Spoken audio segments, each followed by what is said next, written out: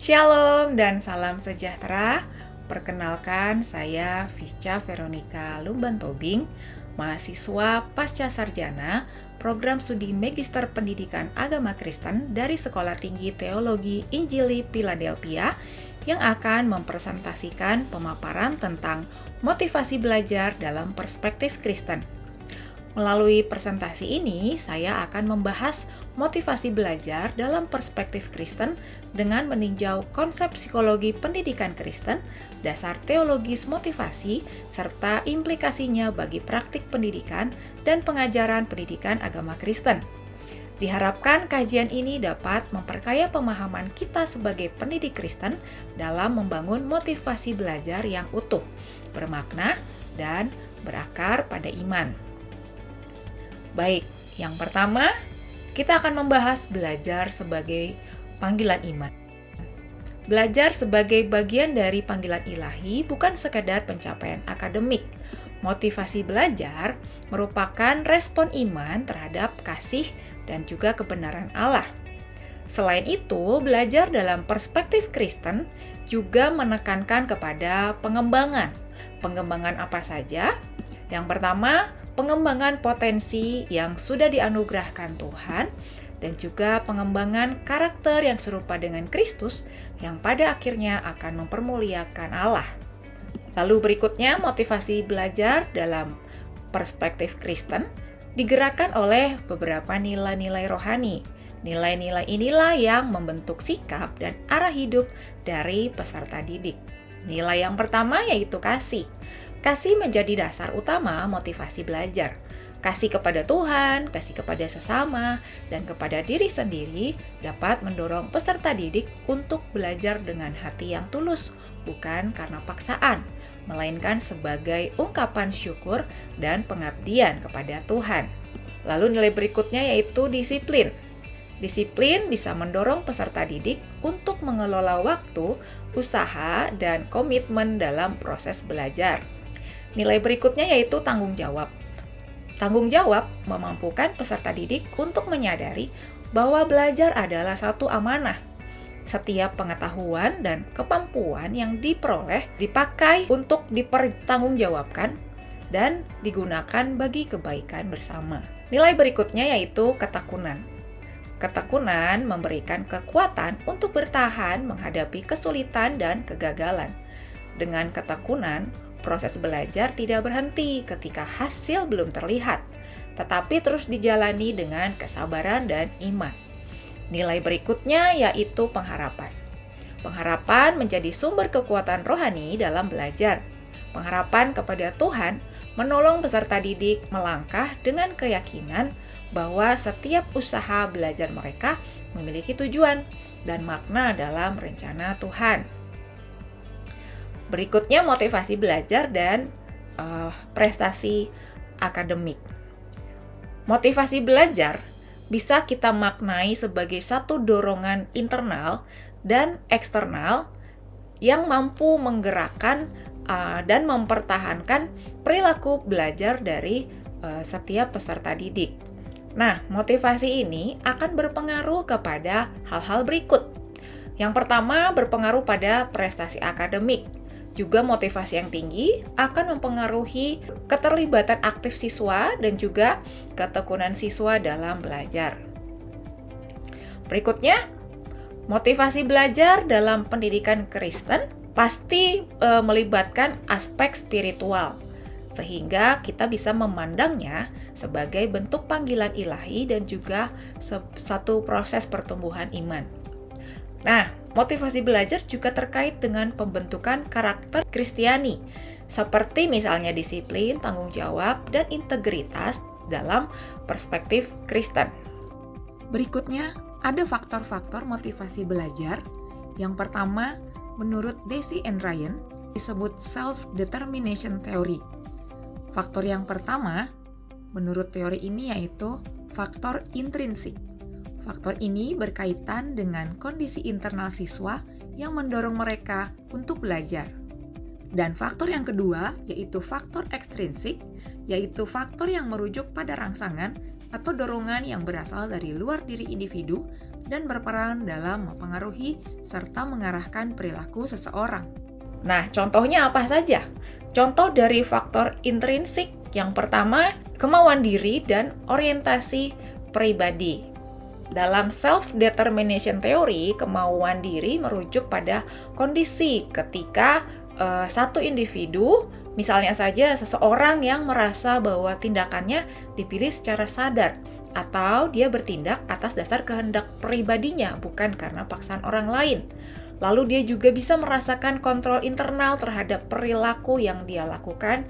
Dan contoh dalam dunia pendidikan, misal seorang siswa belajar matematika karena penasaran dan ingin memahami, bukan sekedar karena tuntutan nilai.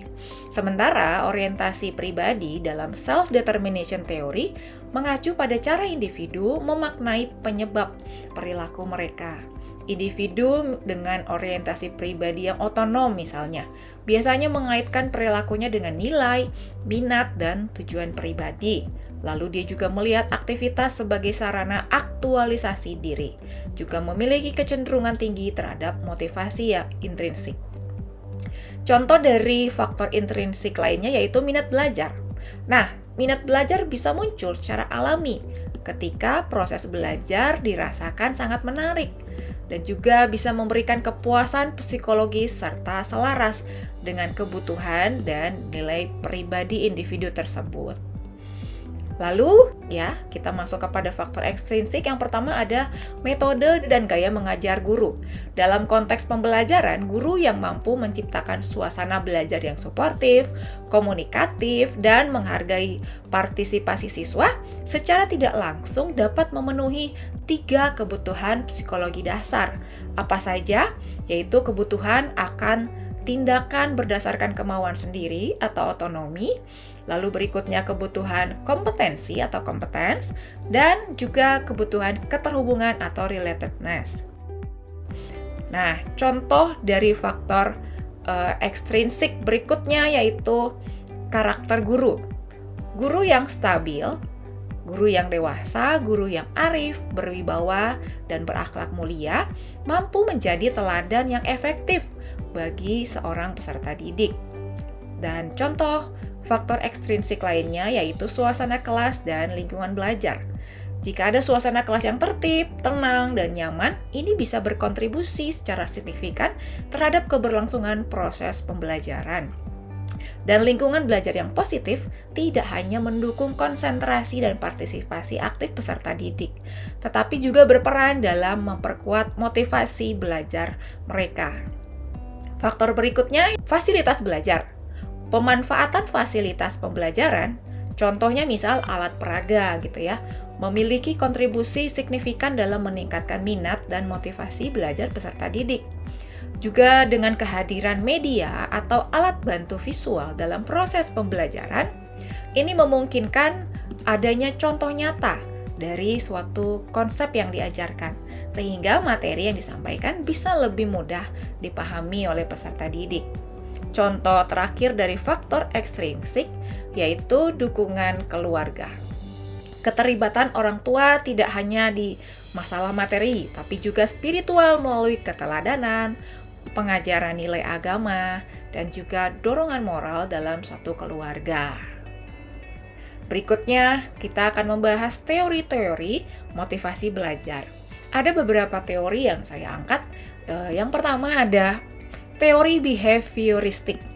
Teori behavioristik ini menekankan bahwa pembelajaran dipengaruhi oleh penguatan positif maupun negatif yang bisa membentuk pola perilaku tertentu sehingga adanya pemberian pujian, nilai, atau reward mempengaruhi tingkat motivasi belajar siswa. Teori berikutnya yaitu teori kognitif. Pendekatan kognitif menekankan bahwa motivasi dipengaruhi oleh proses mental internal, seperti keyakinan, persepsi, dan tujuan yang ditetapkan oleh individu. Salah satu teori yang terkenal dari teori kognitif adalah attribution theory yang dikemukakan oleh Weiner, yang menjelaskan bahwa siswa memaknai keberhasilan atau kegagalan berdasarkan faktor internal seperti misalnya kemampuan dan usaha, atau faktor eksternal seperti keberuntungan misalnya. Nah, berikutnya ada teori humanistik. Teori ini dikembangkan oleh Abraham Maslow yang menjelaskan bahwa motivasi itu adalah sebagai kebutuhan bawaan yang berkembang mulai dari kebutuhan dasar hingga aktualisasi diri. Dalam konteks pendidikan, motivasi belajar bisa muncul ketika adanya kebutuhan siswa, mulai dari kebutuhan dasar hingga aktualisasi diri dapat terpenuhi dengan baik. Siswa perlu merasa aman secara fisik dan psikologis agar dapat fokus dan terlibat dalam pembelajaran yang baik. Selain itu, dukungan sosial serta penghargaan dari lingkungan belajar akan meningkatkan rasa percaya diri siswa dan keterlibatannya. Maka dari itu, lingkungan belajar yang aman, suportif, dan menghargai sangat penting untuk siswa bisa menumbuhkan motivasi belajar yang berkelanjutan dan mendorong mereka mengembangkan potensi dirinya secara optimal. Teori berikutnya yaitu self-determination theory. Teori ini adalah salah satu teori motivasi modern yang paling berpengaruh dalam pendidikan. Teori ini menyatakan bahwa motivasi intrinsik berkembang ketika 3 kebutuhan psikologi dasar terpenuhi: otonomi, competence, dan relatedness. Berikutnya, kita akan membahas pandangan antropologi Kristen tentang manusia dan belajar. Yang pertama, konsep Imago Dei. Konsep ini menyatakan bahwa manusia diciptakan menurut gambar Allah. Manusia memiliki martabat dan potensi spiritual serta moral yang unik. Potensi ini tampak dalam kemampuan manusia untuk berpikir, membedakan yang baik atau yang buruk, juga untuk mengasihi sesama, serta bertanggung jawab atas semua tindakannya. Lalu bagaimana hubungan Imago Dei dengan motivasi belajar? Satu penelitian menunjukkan bahwa pemahaman tentang Imago Dei sangat berpengaruh terhadap perubahan perilaku seseorang, juga berpengaruh dalam pembentukan karakter dan motivasi belajar intrinsik siswa. Nah, sebagai ciptaan yang membawa gambar Allah, manusia memiliki kemampuan rasional dan spiritual untuk bertumbuh dalam pengetahuan dan karakter.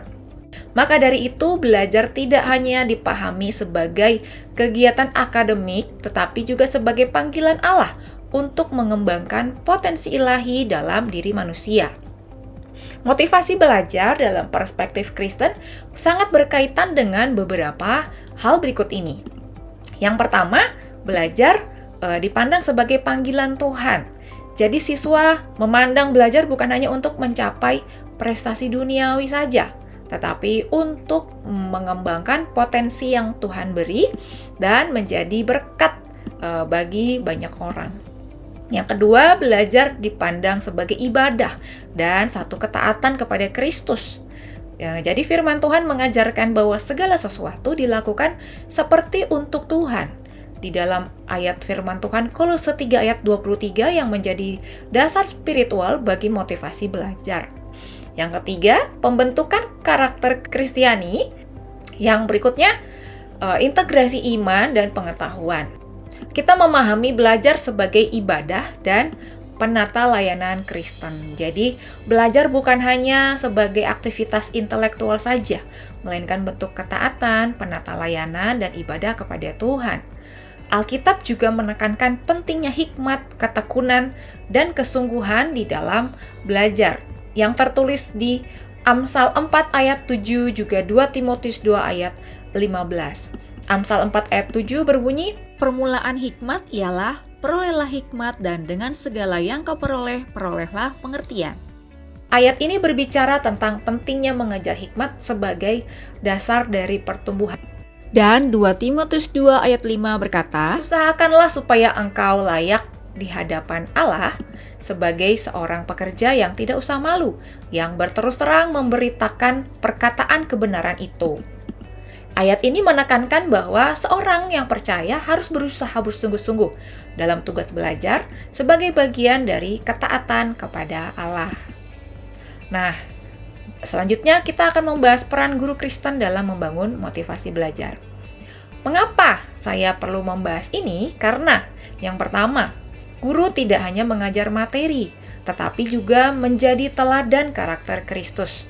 Jadi guru Kristen dipanggil menjadi pribadi yang mencerminkan kasih, integritas, dan kebijaksanaan Kristus di dalam satu pembelajaran. Lalu alasan berikutnya, ini menghubungkan pembelajaran dengan firman Tuhan.